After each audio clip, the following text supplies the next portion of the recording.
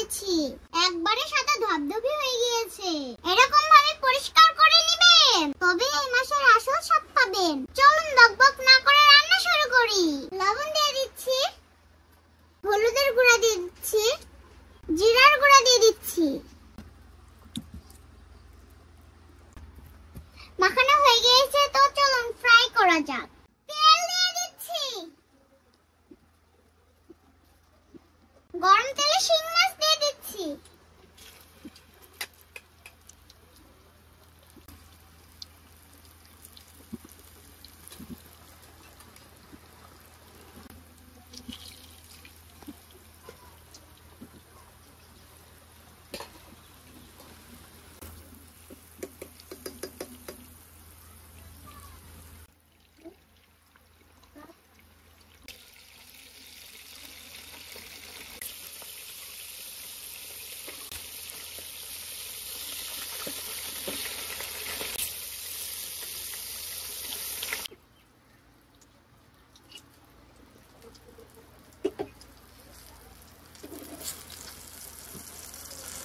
হয়ে গিয়েছে আমার শিং মাছ ফ্রাই, তো এবার আমি তুলে নিব।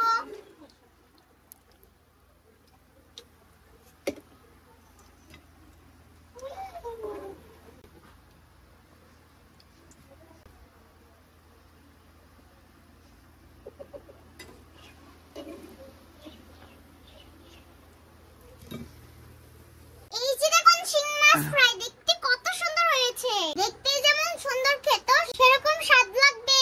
বিসমিল্লাহ।